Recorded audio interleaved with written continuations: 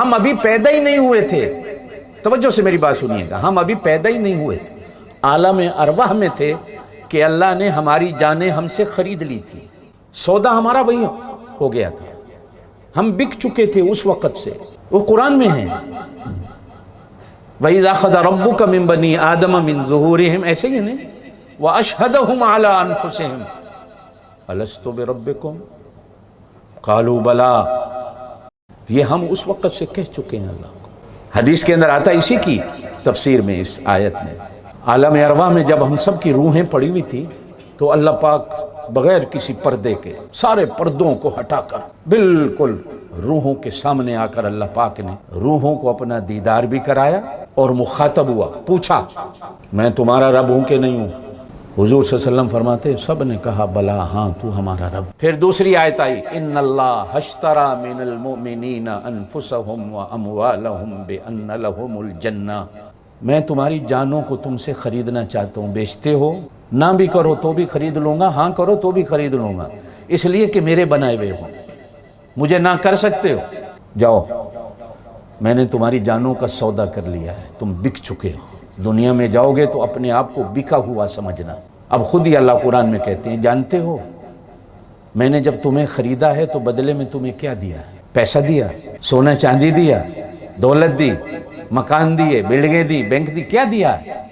اللہ کہتے ہیں بدلے میں نے تمہیں اپنے آپ کو دیا، میں تمہارا اللہ ہوں، تم میرے ہو میں تمہارا ہوں، میں نے تمہیں اپنا رسول دیا ہے، یہ بدلے میں دیکھو میں تمہیں کیا دے رہا ہوں۔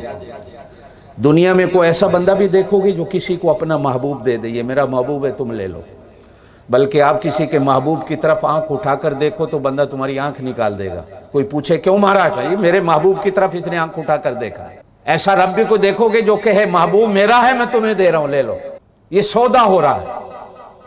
اور تیسری چیز فرمایا میں نے اپنے آپ بھی تمہیں دیا، میں نے اپنا محبوب بھی تمہیں دیا، اور میں نے تمہیں جنت بھی دی، تین چیزوں کے بدلے میں نے تمہیں خریدا ہے۔ اب بتاؤ یہ سودا منظور ہے کہ نہیں؟ آپ جتنے بیٹھے ہو تمہیں اللہ چاہیے کہ نہیں؟ زور سے بولو، تمہیں اللہ کا رسول چاہیے کہ نہیں؟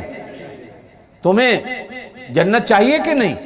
پھر اپنے آپ کو بکا ہوا سمجھو، پھر اپنے آپ کو بکا ہوا سمجھو، اور بکا ہوا جو ہوتا ہے اس کی مرضی نہیں ہوتی، اس کا اپنا کوئی اختیار نہیں ہوتا۔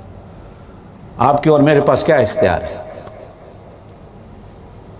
آج کل تو کھانسی ہو جائے تو ہسپتال میں کرونا ہے، کیا اختیار رہا بندے کا؟ سیاسی لیڈر کہتے ہیں ہمارے پاس بڑا اختیار ہے، سارے بیمار ہوئے پڑے ہیں، پولیس والے فوج والے بھی بیمار ہوئے پڑے ہیں، کرونا نے آ کر سب کو بیمار کر دیا، کیا اختیار ہے؟